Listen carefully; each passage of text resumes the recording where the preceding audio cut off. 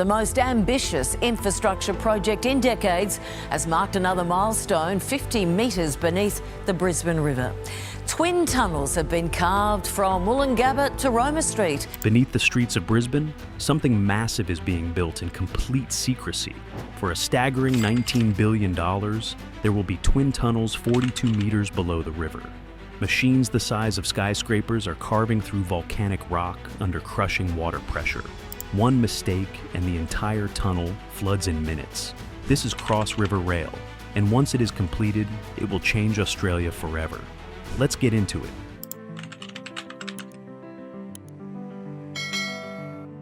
Here's what $19 billion buys you. Twin tunnels stretching 5.9 kilometers beneath Brisbane's city centre, bored through solid volcanic rock, and 4 massive underground stations carved from the earth. This is a complete re-engineering of Queensland's entire rail network from the ground up. But here's the kicker. Most of this happens 42 meters below the Brisbane River, which means there's immense water pressure and unstable volcanic rock that can crumble without warning. The project has already started. There are 2 giant machines down there right as we speak. Each one weighs 1,350 tons, stands as tall as a 3-story building, and stretches longer than a city block. They're called Elsie and Merle, and they're boring through the earth non-stop, 24 hours a day, 7 days a week. So, why go to all this trouble? You see, Brisbane's rail network has been broken for over a century. The city is split by a river, and for more than 100 years, every single train crossing into the city centre had to use that one bridge. And so, the Merivale Bridge, opened in 1978, became the single point of failure for an entire metropolitan rail system. Imagine an entire city's rail system funneling through a single bridge. One delay anywhere on the network, the whole system freezes. By 2016, this was happening constantly, with trains backed up for kilometers and commuters stranded on platforms. So, it goes without saying, this has not been working very well for the city. But here's the wild part. People saw this coming in 1885. That's right, engineers proposed an underground rail crossing 140 years ago. And so, plans have been drawn up and debated over the decades, but they all seem to fail. Why? A couple of issues like politics, funding shortages, and angry merchants in South Brisbane who thought a tunnel would destroy their businesses. So, the problem got worse and worse, decade after decade, until finally someone decided to actually fix it. So this time, they had to get it right. So before they dug a single meter of tunnel, they built the entire thing virtually. A virtual image spanning 10.2 kilometers of railway, stations, tunnels, escalators, and ventilation shafts. Everything that would exist underground was first created in a computer using Unreal Engine, the same software used to make video games. Engineers could put on VR headsets and walk through the stations before they existed. They could ride through the tunnels, check sightlines, test emergency exits, and find problems before concrete was poured. And they found hundreds of them. We are talking about pipes clashing with electrical conduits, escalators angled wrong, and even ventilation ducts blocking fire exits.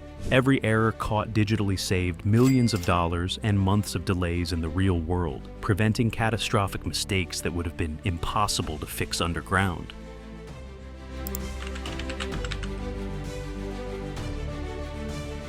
Now, let's talk about the machines that will actualize this audacious project. Elsie and Merle aren't your average construction equipment.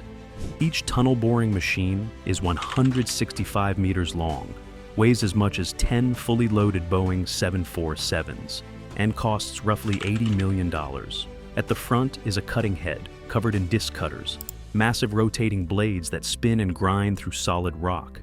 Behind that, a conveyor system removes the debris, and behind that, a system that installs the tunnel lining as the machine advances. They can dig up to 30 meters per day. That's roughly 1 meter per hour without breaks. But here's what makes them incredible. They're not just digging, they're building. Every meter forward, they install precast concrete segments with rubber gaskets, creating a watertight seal immediately behind the cutting head. That means the tunnel is finished the moment the machine passes through. But tunnel boring machines can't do everything. For the stations, they needed something different, something more precise. So, enter the road headers, smaller machines, but definitely more versatile.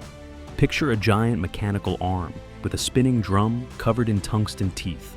It carves rock like a sculptor and is capable of creating complex curves and angles that the massive TBMS simply cannot handle.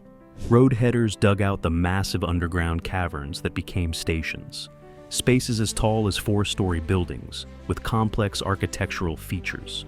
These are spaces where thousands of people would eventually stand. These are slower than the TBMS for sure, but are needed to create spaces that humans can actually use. Over 400,000 cubic meters of rock was removed from underground Brisbane. Single stations produced enough excavated material to fill 60 Olympic swimming pools, and every cubic meter had to be hauled up vertical shafts, loaded onto trucks, and transported away. And all of this was happening directly beneath Brisbane's busiest streets. Most people walking above had no idea that a second city was being carved out beneath their feet. But this project hasn't been without bottlenecks. You see, Brisbane sits on Brisbane Tuff, volcanic rock that formed millions of years ago. And here's where the problem comes in. This rock is wildly unpredictable, with properties that can change dramatically within meters. One section might be harder than concrete, requiring hours to cut through. The next section, just meters away, could be fractured and unstable, ready to collapse. And so, the engineers couldn't predict what they'd hit next, so they adapted constantly. Crews drilled probe holes ahead of the TBMS, sampling the rock every few meters. They adjusted cutting speed, changed pressure settings, and modified support systems on the go, because one wrong move through fractured rock could trigger a collapse. Or worse, next came the hardest part: tunneling under the river. 42 meters below the Brisbane River's bed, that's where the tunnels cross. The water pressure at that depth is immense, thousands of tons per square meter pressing down from above. One breach would flood the tunnel in minutes, drowning the machines, the workers, everything. So, how did they do it safely? The TBMS operate in a sealed, pressurized environment using an earth pressure balance system. Air pressure inside matches water pressure outside, creating equilibrium. Workers entering the cutting chamber had to go through an airlock, like deep sea divers preparing for a dive. If pressure balance fails, water rushes in immediately. So, the margin for error had to be zero. Let's talk about the tunnel's lining. It's designed like a concrete submarine, with segments that fit together with millimeter-level precision.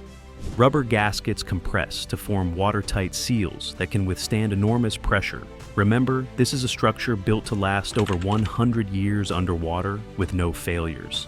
Now, what about the stations? The stations aren't just spaces in the ground with tiles and benches.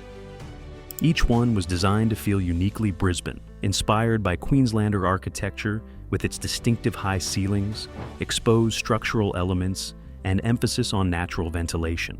Sunlight is channeled through shafts and skylights wherever possible, bringing light to spaces that would otherwise be totally dark. The locations also had to be strategically chosen, like the Bogo Road Station, which connects to the Health and Science Precinct, a knowledge hub linking universities and hospitals.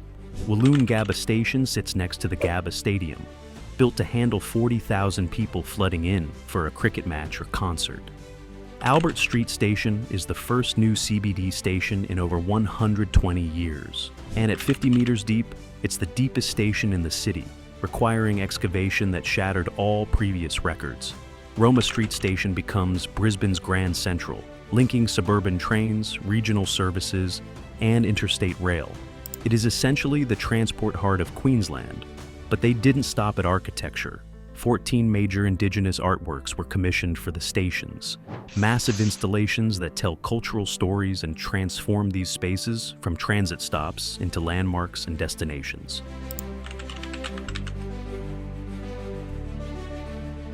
Now, let's talk about the elephant in the room. The original budget, $5.4 billion with a 2024 opening date. Current cost, over $19 billion with operations pushed to 2029. That's a blowout of nearly $14 billion and 5 years of delays. So, what happened?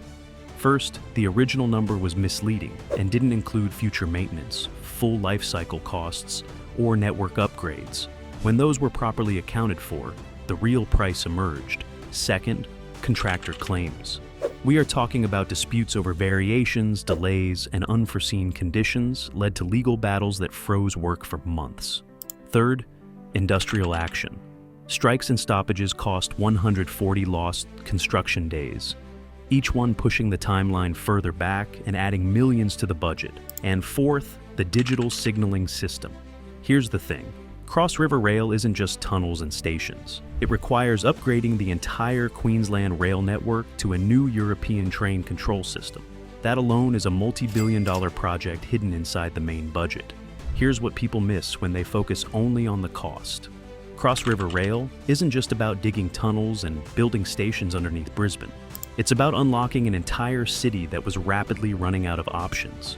Before this project, Brisbane's rail system was at capacity. There was no room for more trains, or to add new lines, or even to increase the frequency of travel. Basically, growth was impossible. Now, that problem is solved. Trains can now go through the city center without competing for the same bridge. What's more, new lines can be added to the network, frequency can increase dramatically, and regional services can expand. It's not just about getting across the river, it's about transforming how an entire state moves. So, was it worth it? The $19 billion, 5 years of delays, and endless controversy in the media and parliament? Depends on how you see it. But the fact remains that beneath the city, something extraordinary has been built. A rail network that can handle double the capacity has been built, with stations designed to last a century. Engineering that pushed the limits of what's possible underground, solving problems that have plagued Brisbane since before Federation. The question isn't whether it's impressive. It clearly is. The question is whether Brisbane needed it badly enough to pay this price, to endure the delays, to accept the budget overruns. That's for the people of Brisbane to decide. But one thing is certain. What's happening beneath the city right now is unlike anything Australia has ever attempted, combining cutting-edge digital technology with brute force engineering. And when those first trains roll through the tunnels in 2029, the city will never be the same.